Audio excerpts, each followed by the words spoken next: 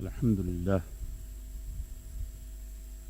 لله رب العالمين والصلاة والسلام على سيد الأنبياء والمرسلين وعلى آله الطيبين الطاهرين وأصحابه المكرمين.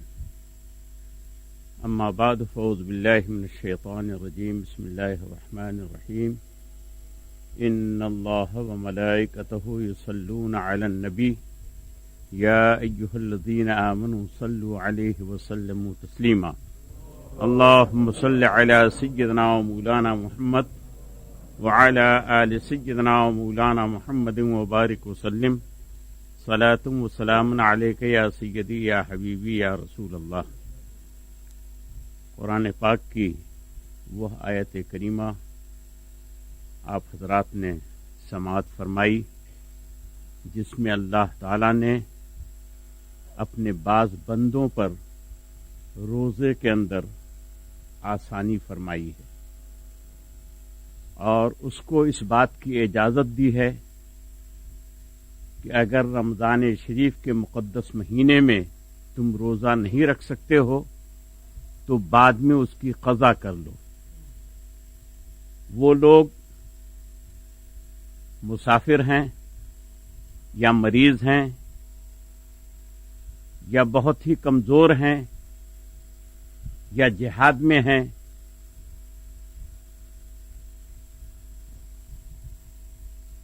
یا طاقت ہی روزہ رکھنے کی نہیں رکھتے ہیں، ایسے لوگوں کے بارے میں آپ نے تفصیل سماعت فرمائی. پھر ایک بار اس آیت کریمہ کا ترجمہ آپ سن لیں تاکہ بات تازہ ہو جائے. اللہ تبارک و تعالی ارشاد فرماتا ہے ایام معدودات، روزے گنتی کے چند دنوں میں رکھنے ہیں، چند دن تم کو روزے رکھنے ہیں، یعنی رمضان شریف کے مہینے میں. فمن کان منکم مریضا، اگر تم میں کوئی بیمار ہو، او علی سفرن، یا حالت سفر میں ہو، فعدۃ من ایام اخر، تو اس کی گنتی دوسرے دنوں میں پوری کر لو. بالکل صاف بات ہے، واضح بات ہے. وعلی الذین یطیقونہ فدیۃ طعام مسکین، اور جو لوگ روزہ رکھنے کی طاقت ہی نہیں رکھتے، اتنے بیمار ہیں کہ روزہ رکھ ہی نہیں سکتے، یا اتنے کمزور ہیں، بیمار تو نہیں ہے، کمزوری اتنی ہے کہ وہ روزہ رکھ ہی نہیں سکتے، یا کمزوری بھی زیادہ نہیں ہے، بیماری بھی نہیں ہے، لیکن اتنے بوڑھے ہو گئے ہیں کہ روزہ رکھ ہی نہیں سکتے. کئی صورتیں اس کی ہو سکتی ہیں. تو اللہ تعالیٰ نے مطلقاً ارشاد فرمایا وَعَلَى الَّذِينَ يُطِيقُونَهُ، جو اس کے رکھنے کی طاقت ہی نہ رکھے، فِدْيَةٌ طَعَامُ مسکین، تو اس کو ایک ایک روزے کے بدلے میں ایک ایک فدیہ دینا ہے. یہ فدیہ کی بات ان لوگوں کے لیے آئی کہ جو طاقت نہیں رکھتے ہیں روزہ رکھنے کی، چاہے بیماری کی وجہ سے، چاہے بڑھاپے کی وجہ سے، چاہے کمزوری کی وجہ سے روزہ رکھنے کی طاقت ہی نہیں رکھتے ہیں، تو ان کے لیے فدیہ ہے. اب اس کے بعد ارشاد باری تعالی ہے فمن تطوع خیرا فہو خیر اللہ، اور جو فدیے میں کچھ زیادہ کر دے تو وہ اس کے لیے بہتر ہے. یعنی فدیہ کیا ہے؟ ایک صدقہ فطر اس کا فدیہ ہوتا ہے. صدقہ فطر جو ہم لوگ رمضان شریف کے آخر میں نکالتے ہیں، اپنے روزے کا صدقہ نکالتے ہیں، یعنی ایک مسکین کا دونوں وقت پیٹ بھر کھلانا، پیٹ بھر کھانا، یہ صدقہ ہوتا ہے. تو اگر تم اس سے کچھ زیادہ دے دو تو یہ اور زیادہ بہتر ہے. یہ ہماری یا کسی اور عالم کی بات نہیں ہے، پروردگار عالم خود ارشاد فرماتا ہے فمن تطوع خیرا فہو خیر اللہ، اگر اس میں کچھ اضافہ کر دے تو یہ اس کے لیے اور بہتر ہے. وَأَن تَصُومُوا خَيْرٌ لَكُمْ، اور فدیہ نہ دے کر کے روزہ ہی رکھے تو یہ اس سے زیادہ بہتر ہے. اگر فدیہ نہ دے روزہ ہی رکھے، طاقت کم ہے پھر بھی شوق میں روزہ رکھتا ہے، اللہ کو راضی کرنے کے لیے روزہ رکھتا ہے تو یہ اس فدیہ دینے سے بھی بہتر ہے، فدیہ دینے سے بہتر ہے کہ وہ روزہ رکھے۔ ان کنتم تعلمون، اگر تم لوگ روزے کی حقیقت کو جانو۔ روزے میں اتنے فوائد ہیں، اتنی مفید باتیں تم کو حاصل ہوں گی کہ تم اگر روزے کے اسرار و نکات کو جان جاؤ، اس کی خوبی کو جان جاؤ، اس کے اندر جو فائدے ہیں اگر اس کو جان جاؤ تو یہ فدیہ دینے سے بھی زیادہ بہتر ہے اور تمہارے لیے روزہ ہی زیادہ مناسب ہے۔ درود پاک پڑھیے۔ اللہم صلی علی سیدنا و شفیعنا و مولانا محمد وعلی آل سیدنا و شفیعنا و مولانا محمد وبارک وسلم صلاۃ و سلام علیک یا رسول اللہ۔ یہ تو قضا اور فدیے کی بات ہوئی۔ فدیہ جو ہوتا ہے وہ بدلے میں ہوتا ہے، یہ کوئی جرمانہ نہیں ہے، یہ ایک استحبابی حکم ہے۔ اب جیسے ہم لوگ بچوں کے لیے عقیقہ کرتے ہیں تو یہ عقیقہ کوئی واجب نہیں ہے، فرض نہیں ہے، اس کو بھی ہم کہتے ہیں فداء لہ، یہ فدیہ ہے اس بچے کی طرف سے، یعنی اس کی جان کا بدلہ ہے۔ تو روزے کا جو بدلہ دیا جاتا ہے یہ فدیہ ہے اور وہ فرض نہیں ہے۔ اگر کوئی آدمی نہیں دیا تو فرض کی گرفت میں نہیں آئے گا، البتہ اگر اس نے فدیہ دے دیا ہے اور اسی بیماری کی حالت میں وہ مر گیا تو روزے کی پوچھ نہیں ہوگی، اور اگر فدیہ بھی نہیں دے سکا باوجود قدرت ہونے کے تو اس روزے کی پوچھ ہوگی جو اس نے نہیں رکھا ہے۔ تو ایک ہوا فدیہ، اور اس کے بعد اس سے پہلے فرمایا گیا کہ قضا، اور ایک ہوتا ہے کفارہ۔ کفارہ اور فدیہ میں فرق ہے۔ کفارہ جو ہے یہ شرعی جرمانہ ہے، ایک طرح کا یہ جرمانہ ہے، جرم کیا ہے، گناہ کیا ہے، غلطی کی ہے تو اب آپ کو سزا بھگتنی ہے، سزا میں آپ ضرور ڈالے جائیں گے، اس کو کہتے ہیں کفارہ۔ روزے کا بھی کفارہ ہے، اور روزے کا کفارہ کب عائد ہوتا ہے؟ جبکہ ہم جان بوجھ کر کے روزہ کو توڑ دیں۔ روزہ رکھے ہوئے ہیں، باوجود کہ ہم شام تک روزہ رکھ سکتے ہیں، اس کے باوجود ہم نے کچھ کھا پی لیا تو یہ جان بوجھ کر کے توڑنا ہوا۔ جان بوجھ کر کے اگر کسی نے روزہ توڑ دیا، کھانے سے، پینے سے یا بیوی کے پاس جانے سے، ان سب وجہوں سے اگر روزہ توڑ دیا ہے تو اس کو قضا بھی کرنا ہے اور کفارہ بھی دینا ہے۔ کفارہ اس کا کیا ہے؟ سبحان اللہ، قربان جائیے اسلام پر۔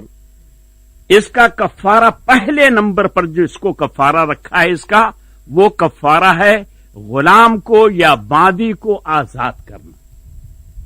اگر کوئی باندی تمہارے پاس ہے جس کو نوکرانی رکھے ہوئے ہو، خرید کر کے تم نے رکھا ہے، اگر کوئی غلام ہے جس کی پوری زندگی تم نے خرید لی ہے، اب وہ تمہاری غلامی کرے گا پوری زندگی، خدمت کرے گا تو تمہاری پوری زندگی، تو اسلام یہ کہتا ہے کہ اگر کوئی روزہ تم نے جان بوجھ کر کے چھوڑ دیا ہے تو ایسے غلام کو جس کو تم نے خرید لیا ہے اپنی پوری زندگی کے لیے، اس کی زندگی کو لے لیا ہے، ایسے غلام کو اللہ کے لیے چھوڑ دو، آزاد کر دو۔ یہ تمہارے اس روزے کا کفارہ ہے۔ اسی طریقے سے بہت سی چیزوں کا کفارہ ہے، مثلا قسم کے توڑ دینے کا کفارہ، زہار کا کفارہ، اور بھی کفارے ہیں۔ اس میں اسلام نے پہلے نمبر پر غلام کو آزاد کرنے کی بات کی ہے، یعنی جس وقت اسلام پنپ رہا تھا، جس وقت اسلام جوان ہو رہا تھا، اس وقت میں اس دنیا کے اندر غلامی کا رواج تھا۔ سارے ملک لوگوں کو خریدتے تھے، چاہے وہ افریقہ کا ہو، یمن کا ہو، عرب کا ہو، اس کو لوگ خریدتے تھے اور دوسرے اشیاء کی طرح اس کی خرید و فروخت ہوتی تھی۔ اس کو لوگ خریدتے بھی تھے، بیچتے بھی تھے، منافع حاصل کرتے تھے۔ اسلام نے اس رسم کو ختم کرنے کے لیے ایک ایسی راہ نکالی کہ مسلمانوں کے پاس اگر غلام ہو تو اس کو وہ آزاد کر دے۔ غیر مسلموں نے تو یہاں تک کیا ہے کہ پورے ملک کے ملک کو غلام بنا لیا ہے۔ ہندوستان سے پکڑ کے لے آئے، افریقہ میں ڈال دیا، ہندوستان سے پکڑ کے لے آئے، امریکہ میں ڈال دیا. یہ سب غلامی کی رسمیں تھیں، یہ سب غلامی کی باتیں تھیں، لیکن اسلام نے اس غلامی کو ختم کیا ہے. ہم آج اس کو سمجھ نہیں پاتے ہیں اور یہ اعتراض کرتے ہیں کہ اسلام کے اندر غلامی ہے. نہیں، اسلام نے غلامی کو ختم کیا ہے، اسلام نے غلامی کے انداز کو مٹایا ہے. تو جو آدمی روزے کو جان بوجھ کر کے توڑ دیتا ہے اس کے اوپر کفارہ ہے، اور کفارے کا پہلا نمبر ہے، پہلی بات یہ ہے کہ وہ غلام آزاد کرے. اور اگر غلام نہیں ہے اس کے پاس تو 60 دنوں تک لگاتار روزہ رکھے، اور اگر یہ بھی نہیں کر سکتا ہے تو 60 مسکینوں کو دونوں وقت بھر پیٹ کھانا کھلائے. فقیروں کو دیکھیے، اسلام میں فقیروں کا کتنا احترام کیا گیا ہے، کتنی عزت اس کو دی گئی ہے. ہر موقع پر فقیروں کا خیال رکھا گیا. تم روزہ رکھتے ہو، صدقہ فطر نکالو. تم اگر قربانی کرتے ہو تو عیدگاہ آنے سے پہلے غریبوں کو کچھ دے دو. عید کی نماز پڑھنے کے لیے آتے ہو تو غریبوں کا پہلے خیال رکھو، اس کے بعد اپنے بچوں کا خیال رکھو. تو اسلام نے غریبوں کا، مسکینوں کا، یتیموں کا بہت زیادہ خیال رکھا ان سب باتوں میں. ایک حدیث میں آپ کو سناؤں جو آپ نے سنا بھی ہے کفارے کے سلسلے میں، اور اس میں اختیار مصطفیٰ صلی اللہ علیہ وسلم کا بھی اظہار ہوتا ہے. ان ابی ہریرہ رضی اللہ تعالی عنہ، لیکن حدیث سننے سے پہلے درود پاک پڑھیے. اللہم صل علی سیدنا و شفیعنا و مولانا محمد وعلی آل سیدنا و شفیعنا و مولانا محمد وبارک وسلم صلاۃ و سلام علیک یا رسول اللہ صلی اللہ علیہ وسلم. آج صرف حدیث کے الفاظ اس کا ترجمہ سنا دیتا ہوں. کل انشاءاللہ تعالی اس کے بارے میں کچھ تفصیل آپ کے سامنے رکھنے کی جرأت کروں گا. عن ابی ہریرہ رضی اللہ تعالی عنہ قال بینما نحن جلوس عند النبی صلی اللہ تعالی علیہ وسلم اذ جاءه رجل فقال یا رسول اللہ صلی اللہ علیہ وسلم حلقت. قال ما لك؟ قال وقعت على امرأتي وانا صائم. فقال رسول الله صلى الله عليه وسلم هل تجد رقبة تعتقها؟ قال لا. قال فهل تستطيع ان تصوم شهرين متتابعين؟ قال لا. قال هل تجد اطعام 60 مسكينا؟ قال لا. قال اجلس. ومكث النبي صلى الله عليه وسلم فبينا نحن على ذلك أتي النبي صلى الله عليه وسلم بعرق فيه تمر والعرق المقتل الضخم. قال أين السائل؟ قال أنا يا رسول الله. قال خذ هذا فتصدق به. فقال رجل أعلى أفقر مني يا رسول الله صلى الله عليه وسلم؟ فوالله ما بين لا أبطيها يريد الحرتين اہل بیت افقر من اہل بیتی. فضحك النبي صلی اللہ علیہ وسلم حتى بدت انیابه ثم قال اطعمه اہلك. رواہ البخاری والمسلم. یہ پوری حدیث پاک بخاری شریف کی بھی ہے، مسلم شریف کی بھی ہے. ترجمہ اس کا، حضرت سیدنا ابو ہریرہ رضی اللہ تعالی عنہ روایت فرماتے ہیں کہ نبی کریم صلی اللہ علیہ وسلم کی بارگاہ گرامی میں ہم لوگ بیٹھے ہوئے تھے. پیارے نبی کی خدمت میں ہم لوگ بیٹھے ہوئے تھے. اس جاءہ رجل کہ اتنی ہی میں ایک شخص آیا. فقال یا رسول اللہ ہلکت.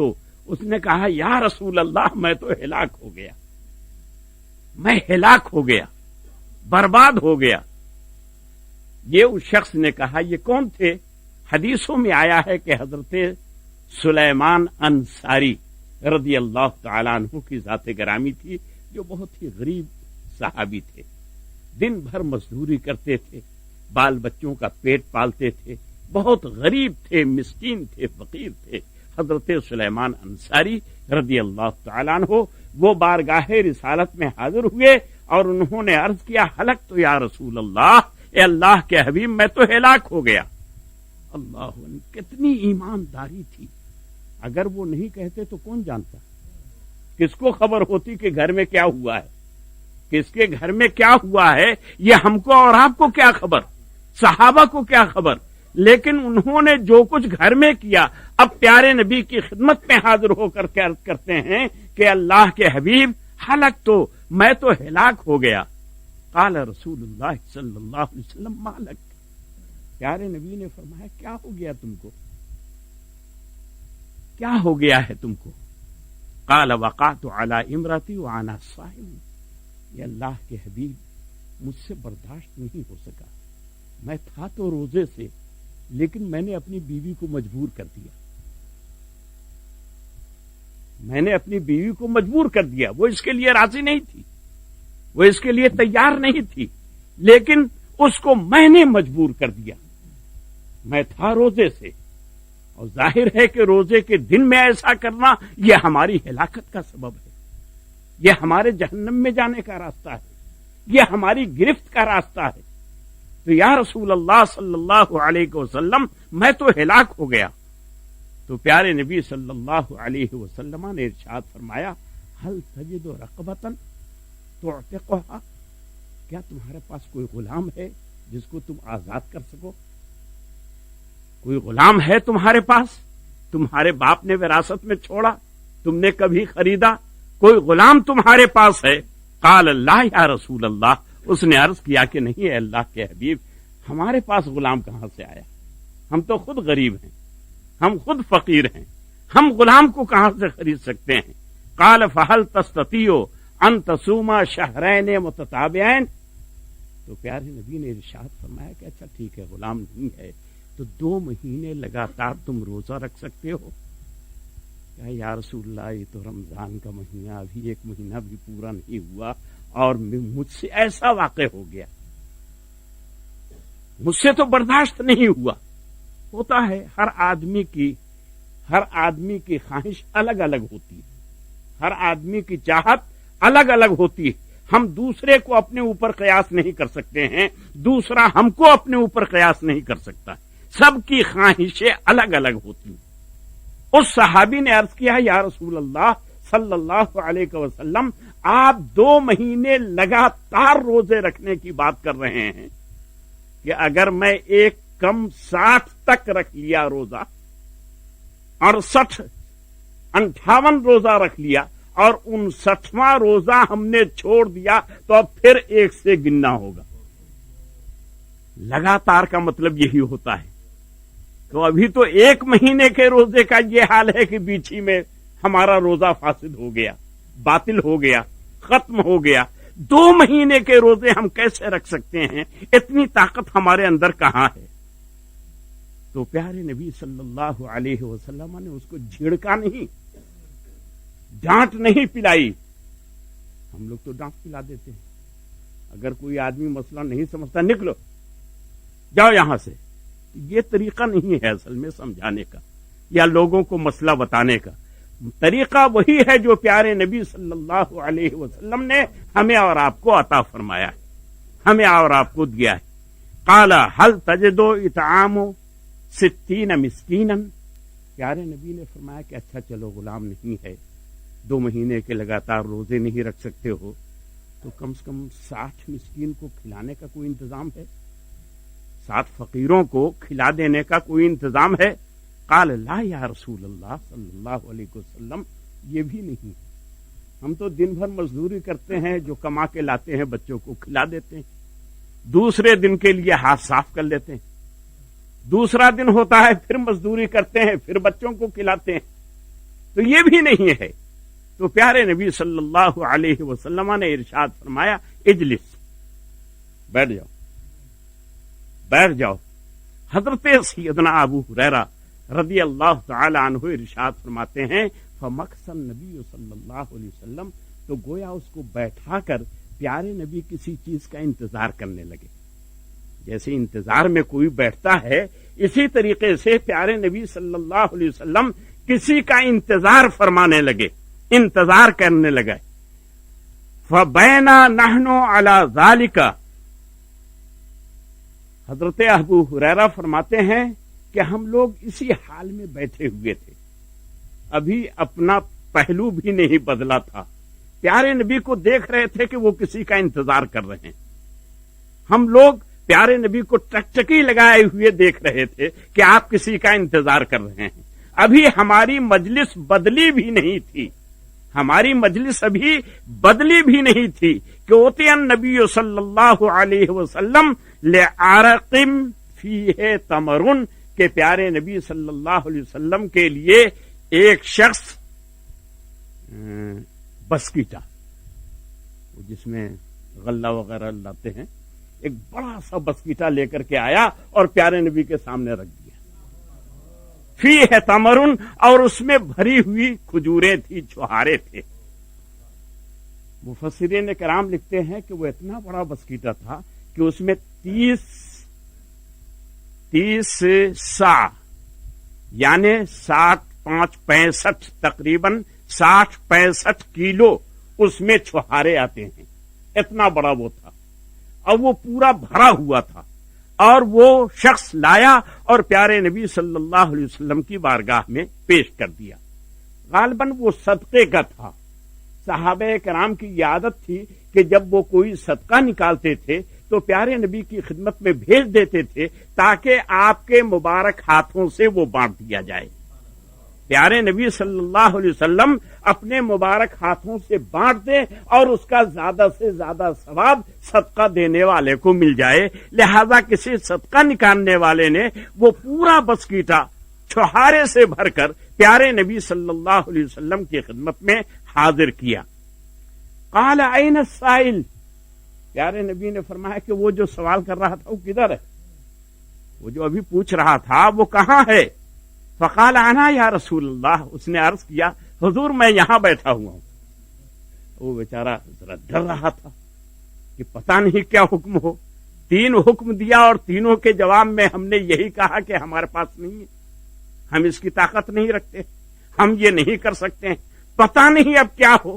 تو ایک کنارے میں جا کر کے بیٹھ گئے تھے حضرت سلیمان یا سلمان انصاری یا سلمہ انصاری، یہ روایتوں میں اختلاف ہے کہ ان کا نام سلیمان تھا، سلمان تھا، سلمہ تھا، بہرحال وہ انصاری فیملی سے تھے اور وہ اسی مجلس میں بیٹھے ہوئے تھے۔ فقال انا یا رسول اللہ، انہوں نے کہا حضور میں یہاں حاضر ہوں۔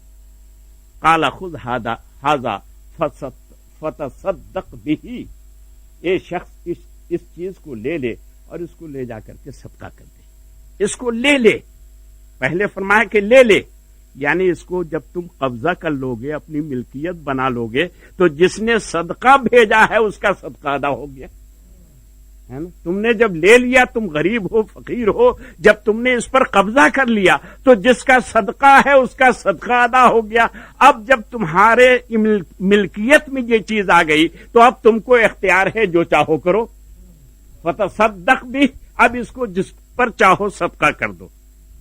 فقال الرجل اعلی افقر منی یا رسول اللہ، اس شخص نے کہا یا رسول اللہ مجھ سے جو زیادہ غریب ہے اسی پر صدقہ کروں گا نا، مجھ سے جو زیادہ غریب ہے اسی پر صدقہ کروں گا نا۔